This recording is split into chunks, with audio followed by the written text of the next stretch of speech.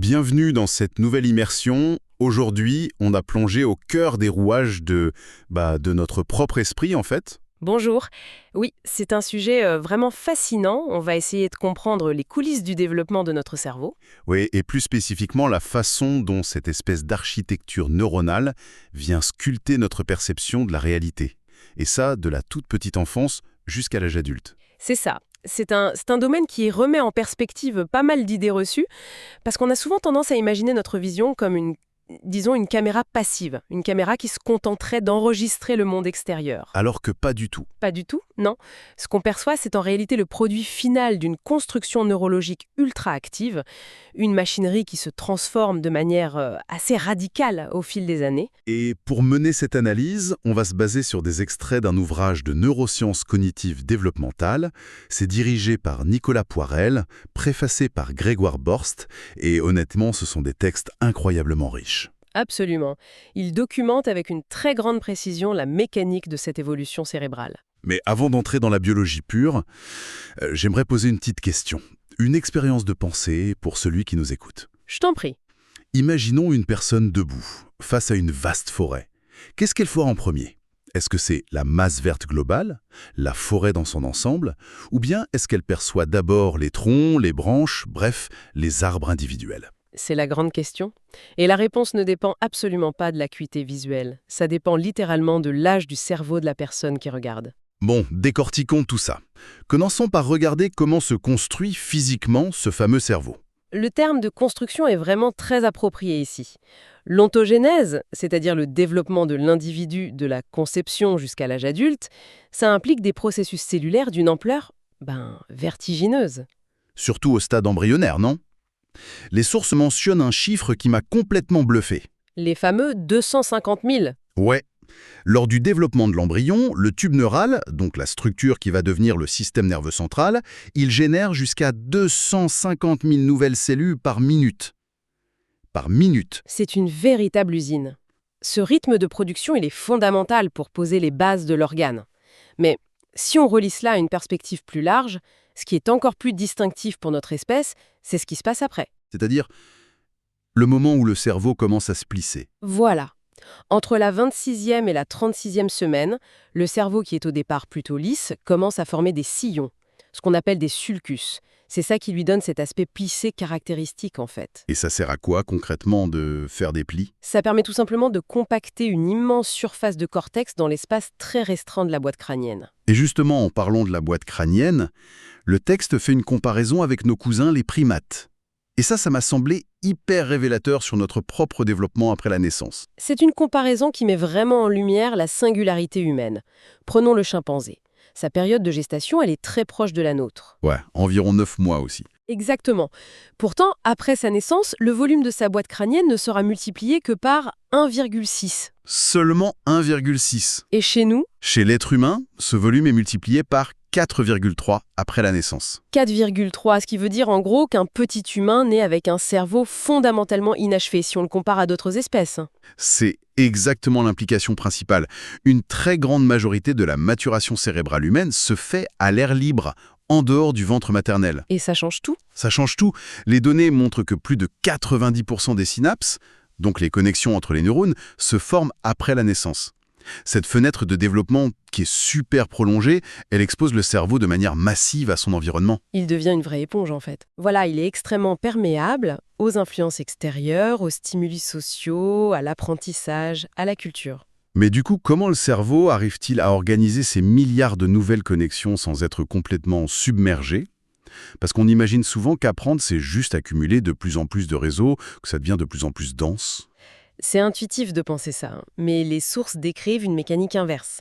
Ça s'appelle l'élagage synaptique et ça repose sur ce qu'on appelle la loi de Hebb en neurosciences. La loi de Hebb, c'est ça? Comment on pourrait résumer ça simplement? Le principe est d'une logique implacable. Les neurones qui s'activent ensemble, par exemple lors d'une tâche répétée, renforcent leur connexion.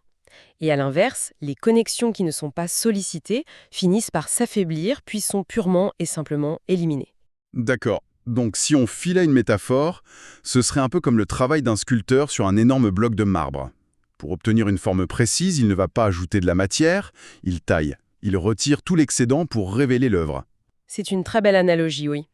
Le cerveau gagne en performance non pas en multipliant les petites routes de campagne à l'infini, mais en supprimant les chemins inutiles pour vraiment consolider les autoroutes principales. Et vu que cette espèce de sculpture neuronale dépend directement de ce qui se passe à l'extérieur, la qualité de l'environnement de l'enfant devient un facteur biologique majeur. C'est plus juste de la sociologie, c'est de la biologie. Absolument, il n'y a pas d'opposition entre les deux. D'ailleurs, les auteurs abordent frontalement les effets des milieux socio-économiques défavorisés sur ce processus. Et le vecteur principal, c'est le stress. Le stress chronique, ouais. Voilà. Grandir dans un environnement précaire, ça expose souvent l'enfant à un stress continu. Et ce stress entraîne la sécrétion prolongée de cortisol. C'est l'hormone de réponse à l'alerte. Le problème, c'est que le cerveau est très réceptif à ça. Trop réceptif même. Certaines zones sont tapissées de récepteurs au cortisol, notamment l'hippocampe, qui est la structure clé pour la mémoire, et les lobes frontaux, qui gèrent la logique, le langage, la planification. Donc un stress environnemental continu vient physiquement, matériellement altérer le développement de ces zones-là. Oui. En excès, le cortisol devient neurotoxique, il va carrément entraver la création de nouvelles cellules dans l'hippocampe et perturber les réseaux frontaux. C'est rude, et les sources parlent aussi du sommeil dans ces environnements-là. C'est l'autre grand facteur. Dans des logements parfois surpeuplés ou bruyants, le sommeil est fragmenté. Or, c'est précisément pendant le sommeil profond que le cerveau consolide les connaissances de la journée. Donc, manque de sommeil plus cortisol, l'environnement s'inscrit directement dans la neuroplasticité de l'enfant. C'est une mécanique implacable, c'est clair. Mais ce qu'il faut aussi retenir, c'est que la maturation cérébrale, c'est loin d'être un fleuve tranquille, même dans un environnement super optimal. Ah oui, le développement n'est pas du tout linéaire. Il y a des bonds en avant, des moments où ça stagne, et même des régressions apparentes. L'adolescence, par exemple. L'exemple parfait. Un adolescent peut avoir des comportements hyper impulsifs, une grosse attirance pour le risque, alors que ses capacités de raisonnement brut sont déjà celles d'un adulte. Et ça, neurologiquement, comment ça s'explique ? C'est un problème de décalage temporel. Le système limbique, celui qui gère le plaisir et le circuit de la récompense, il mature bien plus vite que le cortex préfrontal. Le cortex préfrontal, c'est censé être la tour de contrôle, c'est ça, hein ? Celui qui freine. C'est le système de freinage, oui. Donc chez l'ado, le moteur tourne à plein régime, mais les freins sont encore en cours d'installation. Et ce freinage, en neurosciences cognitives, on appelle ça l'inhibition. C'est un concept clé de l'ouvrage, cette inhibition. Majeur. C'est la capacité de notre cerveau à bloquer une réponse automatique, impulsive, pour privilégier une réponse plus réfléchie. Parce que notre esprit, il adore fonctionner avec des heuristiques. Les heuristiques, c'est les fameux raccourcis mentaux popularisés par Daniel Kahneman. Exactement. Ce sont des règles rapides, très intuitives, qui sont super économes en énergie pour le cerveau. Genre des automatismes qui marchent bien pour les trucs du quotidien. Oui, mais face à un problème complexe, ces heuristiques peuvent nous tromper. Donc, pour réussir à utiliser une vraie logique algorithmique, plus lente, le cerveau doit apprendre à inhiber ces heuristiques. Ce n'est pas passif, c'est un vrai effort physique pour ne pas céder à la facilité. C'est fascinant. Cette nécessité de freiner nos automatismes pour accéder à la réalité, ça nous amène directement à la question de notre vision. Revenons à l'image de la forêt et des arbres du début. D'accord. Comment la psychologie expérimentale fait-elle pour tester ce qu'on perçoit en premier ? Parce que ça paraît très subjectif. Ils utilisent un test visuel très élégant, le test de Navant. Imagine un grand écran sur lequel on affiche une très grande lettre, par exemple un grand H. Ok, un grand H. Mais si tu t'approches de l'écran, tu remarques que ce grand H est dessiné en utilisant plein de petites lettres juxtaposées. Par exemple, des petits S. On a donc un niveau global, le H, et un niveau local, les S. Et quand on demande à des adultes ce qu'ils voient spontanément, juste en flashant l'image une fraction de seconde, Chez l'adulte, c'est sans appel. Ils identifient d'abord le grand H. C'est ce qu'on nomme l'avantage global. On saisit l'ensemble avant le détail. Et c'est tellement puissant que même si on demande à l'adulte de forcer son regard uniquement sur les petites lettres, la grande lettre globale continue d'interférer dans son cerveau. donc le cerveau adulte est physiquement câblé pour capter la forêt en premier. Tout à fait. C'est là que ça devient vraiment intéressant. Parce que les sources montrent que chez le jeune enfant, c'est pas du tout comme ça. C'est même l'inverse. Chez l'enfant de moins de 6 ans, on observe une organisation perceptive inversée. Si on lui montre un grand bateau dessiné avec des petites ancres marines, son attention est immédiatement happée par les petites ancres. Il va complètement rater la forme globale du bateau. C'est dingue, c'est une sorte de cécité, non hein ? C'est le terme clinique, la cécité attentionnelle locale. Le détail absorbe toute l'attention au détriment de la structure d'ensemble. Les auteurs illustrent ça avec une anecdote géniale sur les tableaux du peintre Arcimboldo. Oui, le fameux tableau Vertum. Ce portrait d'homme qui est entièrement composé d'un assemblage de fruits et de légumes. Si on met un enfant de 4 ans devant ce tableau, il se passe quoi? Si on lui demande ce qu'il voit, l'enfant de 4 ans va pointer les éléments. Là, il y a une pomme, là une courge, là des feuilles. Il ne verra pas du tout le visage humain. Et vers 6 ans. Vers 6 ans, la transition commence. Il va dire « je vois des fruits » et « ah, il y a un visage aussi ». Et plus tard, en grandissant, il aura la perception adulte intégrée. C'est un visage fait avec des fruits. Mais pourquoi l'évolution aurait-elle programmé le cerveau des enfants pour être focalisé sur les détails comme ça? Ça a l'air d'être un gros désavantage de ne pas voir l'ensemble. Ce qui est fascinant ici, c'est que ce n'est pas un défaut. C'est une stratégie vitale qu'on appelle la conduite d'échantillonnage. D'échantillonnage? Oui. L'enfant en bas âge a une tâche monumentale à accomplir. Il doit découvrir, isoler et nommer tous les objets du monde pour construire son vocabulaire. Pour créer ses premières catégories mentales, il a besoin de se concentrer sur les objets un par un. Il doit d'abord comprendre ce qu'est un arbre avant de pouvoir piger le concept abstrait de forêt. Exactement. Cette préférence locale est un passage obligé avant de pouvoir traiter des ensembles spatiaux plus vastes. D'accord. Mais physiquement, neurologiquement, comment cette information visuelle voyage-t-elle dans nos câblages restreints? Il y a un modèle très reconnu pour expliquer ça, le modèle par itération de Bullier. L'idée, c'est que l'information visuelle ne voyage pas d'un seul bloc de l'œil vers le fond du cerveau. Elle se sépare et prend des chemins différents. Les sources parlent de deux voies au nom un peu barbare, magnocellulaire et parvocellulaire. Concrètement, c'est quoi? Disons que la voie magnocellulaire, c'est l'autoroute. C'est ultra rapide, elle transporte les informations globales, floues, les grandes formes. La voie parvocellulaire, elle, c'est la petite route de campagne, beaucoup plus lente, qui transporte les détails fins, les petites lettres du test de Navon. Donc, chez un adulte, l'esquisse globale de la scène arrive au cerveau bien avant les détails. C'est ça. La vague magnocellulaire arrive la première, elle donne un brouillon global de l'image. Et la subtilité du modèle de Bullier, c'est que cette vague rapide fait ensuite un retour en arrière. Elle revient sur ses pas. Oui, une itération. Elle retourne vers les premières aires visuelles pour aller à la rencontre de la vague lente qui porte les détails. Ça permet à l'information globale de préparer et de valider les détails locaux. C'est une mécanique de précision hallucinante. Et en plus, cette répartition globale locale, elle se joue aussi entre les deux moitiés de notre cerveau, non? La fameuse bataille des hémisphères. Oui, la spécialisation hémisphérique est très claire sur l'attention visuelle. L'hémisphère droit, c'est le grand spécialiste de la forêt, le traitement global. Et l'hémisphère gauche, c'est le spécialiste des arbres, le traitement local. Et les preuves cliniques de ça sont hyper parlantes. Les auteurs citent des cas de patients ayant subi des lésions cérébrales. Si un patient a une lésion dans l'hémisphère droit, celui du global, il se passe quoi s'il doit dessiner un grand M fait avec des petits Z? Sa production sera fascinante. Il va dessiner une série de petits Z complètement éparpillés, en désordre, sur sa feuille.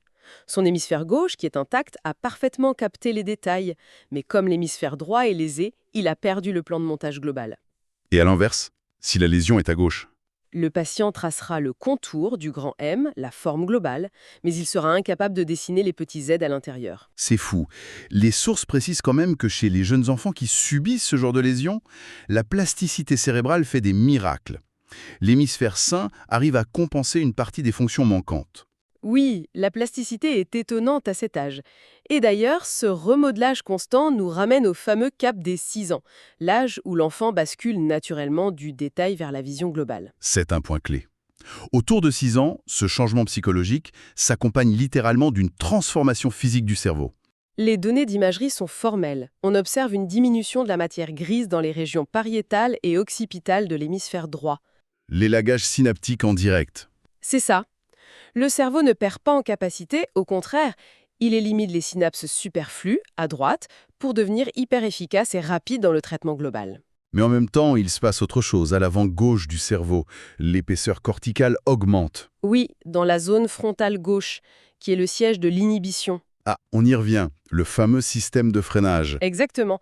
Pour qu'un enfant de 6 ans commence à voir la forêt, son cerveau doit physiquement développer la capacité de freiner, d'inhiber son envie naturelle, presque réflexe, d'être distrait par les arbres. C'est une sacrée métaphore. Il faut apprendre à freiner pour voir l'ensemble. C'est un effort cognitif. Alors, qu'est-ce que tout cela signifie pour notre quotidien? Est-ce que cette perception, une fois qu'elle est mature, elle est figée pour toujours? Les sources parlent d'une expérience sur l'impact de nos émotions sur la vision. Et franchement, c'est perturbant. Le test des dauphins.